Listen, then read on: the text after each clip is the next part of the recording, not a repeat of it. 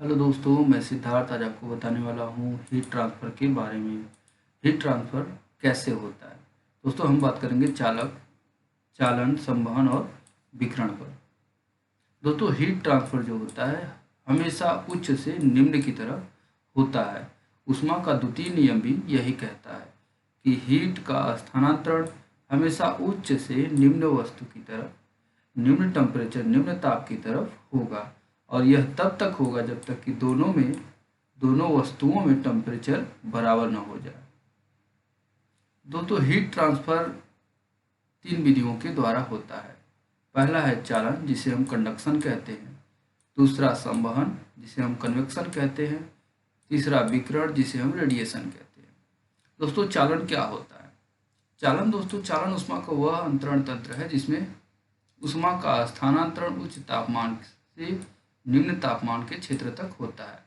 यह अणुओं के अनियमित टक्कर से या अणुओं के कंपन के द्वारा होता है। दोस्तों कंडक्शन मैक्सिमम सबसे ज़्यादा धातुओं में या अर्थात ठोसों में पाया जाता है। धातु में मुक्त इलेक्ट्रॉन होते हैं और वो इलेक्ट्रॉन के द्वारा हीट का ट्रांसफर होता है।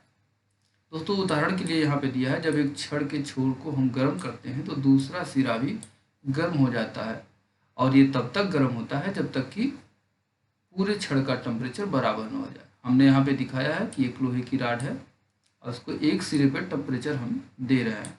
देखिए धीरे धीरे ये कैसे हमारे हाथ की तरफ बढ़ता जा रहा है। आइए इसको और अच्छी तरह समझते हैं हम कि यहाँ पे एक मेटल राड है। मेटल राड जो होता है गुड कंडक्टर अर्थात अच्छा चालक होता है। अब देखिए हमने यहाँ पे एक किनारे पे गर्म करना शुरू किया। धीरे धीरे इसमें जो पार्टिकल हैं वाइब्रेट के द्वारा वाइब्रेट करते हैं अपने स्थान पे, और वाइब्रेटिंग के द्वारा हर दूसरे अपने पड़ोसियों को यह टेम्परेचर अदला बदली करते रहते हैं, जिससे क्या होता है धीरे धीरे वाइब्रेशन के कारण टेम्परेचर आगे बढ़ने लगता है और धीरे धीरे पूरा छड़ गर्म हो जाएगा। और यह तब तक गर्म होगा कि जब तक पहला सिरा दूसरे सिरे के बराबर न हो जाए। यहाँ पे देखिए दोस्तों कि हीट का ट्रांसफर कंडक्शन के द्वारा कैसे हो। जो एटम हैं वो वाइब्रेट करते हैं। देखिए यहाँ पे हीट देने के बाद कैसे यहाँ पे टेम्परेचर जैसे मिलता है ये वाइब्रेट करते हैं और एक दूसरे को वाइब्रेशन के द्वारा टेम्परेचर को बढ़ाते हैं।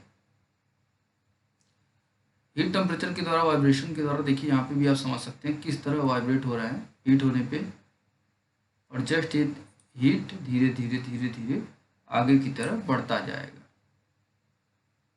यहाँ पे देखिए दोस्तों मेटल के एटम बधे हुए, अर्थात ये जितने आदमी आपको दिखाई दे रहे हैं ये अपना स्थान नहीं छोड़ेंगे। बट देखिए हीट कैसे यहाँ से यहाँ, यहाँ से यहाँ, यहाँ से यहाँ ट्रांसफर कर रही है, अर्थात ये वाइब्रेशन के द्वारा ट्रांसफर हो रहा है। देखिए इस फर्स्ट टेबल से सेकेंड टेबल तक हीट कैसे आ रही है जबकि कोई भी मेटल अपना स्थान नहीं छोड़ रहा है। दोस्तों पहले कंडक्शन नियम को ही हम, इसका मूलभूत जो नियम है ये Fourier law of heat conduction कहलाता है। इस नियम के अनुसार किसी दिशा में ऊष्मा चालन की दर सामान्य रूप से ऊष्मा के प्रवाह की दिशा और उसी दिशा में तापमान प्रवणता के समानुपाती होता है। यह सिर्फ कंडक्शन के लिए होता है। आइए दोस्तों अब हम बात करेंगे दूसरा हीट ट्रांसफर का विधि संवहन, जिसे हम कन्वेक्शन कहते हैं। ऊष्मा का अंतरण इस विधि में ऊष्मा का स्थानांतरण चलित द्रवों के माध्यम से किया जाता है। यह दोस्तों ऊष्मा संवहन जो होता है दोस्तों यह लिक्विड तथा गैस दोनों में पाया जाता है। इसकी दो विधियां हैं दोस्तों, फ्री कन्वेक्शन और फोर्स कन्वेक्शन। मुक्त संवहन में क्या होता है दोस्तों, जैसे ही हीट हम देते हैं नीचे के अणु ऊपर की तरफ गतिशील हो जाते हैं और यह क्या होगा, अणु धीरे धीरे गतिशील होने के कारण नीचे के अणु ऊपर जाएंगे और ऊपर के अणु एटम जो होंगे वो नीचे आएंगे। इससे पूरा द्रव धीरे धीरे गर्म हो जाएगा और यह होता है मुक्त संवहन। और फोर्स कन्वेक्शन क्या होता है दोस्तों, जहाँ पर हम बल का प्रयोग करते हैं, जैसे कि पंखा, फैन के द्वारा जब हम हवा को, इधर कमरे में फैन चलता है जब, तो फोर्स के द्वारा ही हवा पूरे रूम को ठंडा करती है। मुक्त संवहन में जैसा कि हम बता चुके हैं दोस्तों, और इसका यहाँ पे आप एग्जांपल दे सकते हैं मुक्त संवहन का, हीटर द्वारा कमरे की हवा को गर्म करना।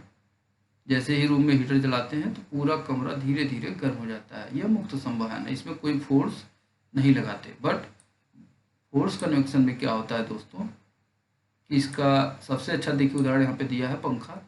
यदि द्रव की गति एक पंखे, पंप तथा ब्लोअर से प्रेरित होती है तो द्रव को सतह पर प्रवाहित करता है, तो उसे ऊष्मा का स्थानांतरण अर्थात फोर्स कन्वेक्शन के रूप में जाना जाता है। यहाँ पे देखिए दोस्तों किस तरह से संवहन हो रहा है। देखिए ये हम मान लेते हैं कि एटम, और एटम हीट को लेकर दूसरे जगह तक पहुंचाता है। इस प्रकार हीट एक जगह से दूसरे स्थान तक देखिए कैसे जाता है।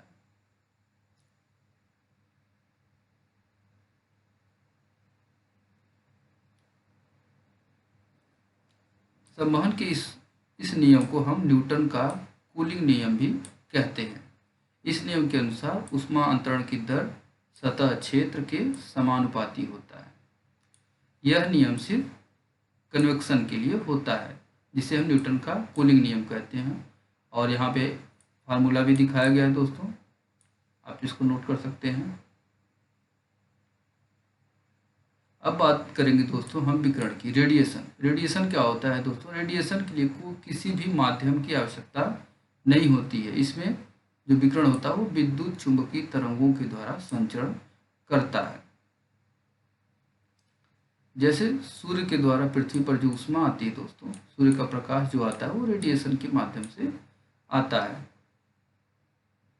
यह रेडिएशन जो होता है दोस्तों ये स्पेस अर्थात खाली जगह पर भी हो सकता है। विश्व में सारी वस्तुएं कुछ न कुछ विकिरण छोड़ती हैं। देखिए दोस्तों यहाँ पे एग्जांपल दिया गया, रेडिएशन के द्वारा ही हम अपने हाथ को कैसे ठंडियों में, सर्दियों में